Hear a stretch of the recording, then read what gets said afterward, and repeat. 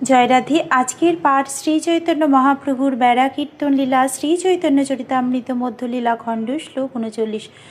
প্রভু কহে শীঘ্র গিয়া কর দর্শন, হইছে ঘরে যাই কর কুটুম্ব মিলন।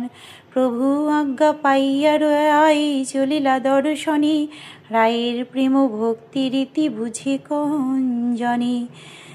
শুনিয়া রাজার মনে দুঃখ উপজিল, বিষাদ করিয়া কিছু কহিতে লাগিল।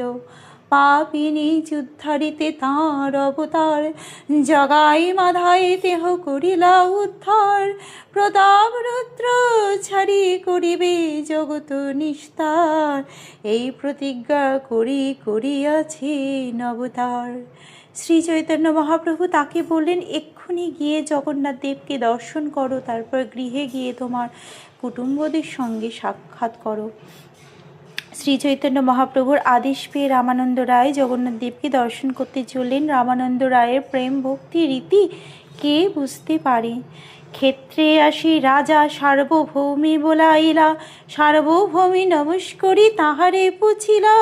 মোর লাগে প্রভু পদে কইলে নিবেদন, সার্বভৌম কহে কেইনু অনেক যতন।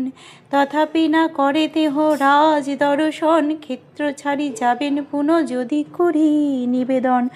জগন্নাথপুরীতে এসে রাজা প্রতাপরুদ্র সার্বভৌম ভট্টাচার্যকে ডেকে পাঠালেন। সার্বভৌম ভট্টাচার্য যখন রাজার সঙ্গে সাক্ষাৎ করতে এলেন, তখন রাজা তাকে প্রণতি নিবেদন করে জিজ্ঞাসা করলেন, আপনি কি আমার কথা শ্রী চৈতন্য মহাপ্রভুর কাছে নিবেদন করেছেন? সার্বভৌম ভট্টাচার্য উত্তর দিলেন, আমি যথাসাধ্য চেষ্টা করেছিলাম, কিন্তু তিনি কিছুতেই রাজদর্শন করতে রাজি হচ্ছেন না। তিনি বলেছেন যদি আমি আবার তাকে অনুরোধ করি তাহলে তিনি জগন্নাথপুরী ছেড়ে চলে যাবেন। সেই কথা শুনে মহারাজ প্রতাপরুদ্র অত্যন্ত দুঃখিত হলেন এবং অত্যন্ত বিষণ্ণ হয়ে বলতে লাগলেন, সমস্ত পাপী এবং অধঃপতিত জীবদের উদ্ধার করার জন্য শ্রী চৈতন্য মহাপ্রভু অবতীর্ণ হয়েছেন। তিনি জগাত মাধাইয়ের মতো পাপীদেরও উদ্ধার করেছেন। তিনি কি কেবল প্রতাপরুদ্রকে ছাড়া সমস্ত জগৎ উদ্ধার করবেন বলে প্রতিজ্ঞা করে অবতরণ করেছেন? অদর্শনীয়ানোপি নিচ জাতিন সংবিক্ষতে হন্ত তথাপি নো মাম মদিকবর্জং কৃপয়িষ্যতিতি নির্ণীয় কিং শোভবত তার দেব। শ্রী চৈতন্য মহাপ্রভু অদর্শনীয় নিম্নজাতির মানুষদেরও দর্শন দান করেছেন, কিন্তু তবুও তিনি আমাকে দর্শন দেবেন না?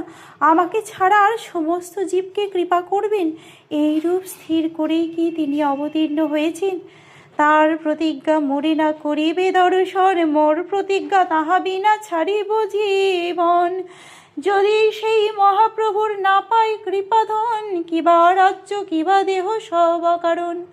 মহারাজ প্রতাপরুদ্র বললেন, শ্রী চৈতন্য মহাপ্রভু যদি প্রতিজ্ঞা করে থাকেন যে আমাকে তিনি দর্শন দেবেন না, তাহলে আমিও প্রতিজ্ঞা করছি যে তাঁর দর্শন না পেলে আমি আমার জীবন ত্যাগ করব।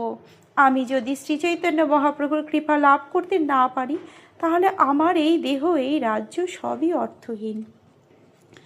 আজকের পাঠ এই অবধি।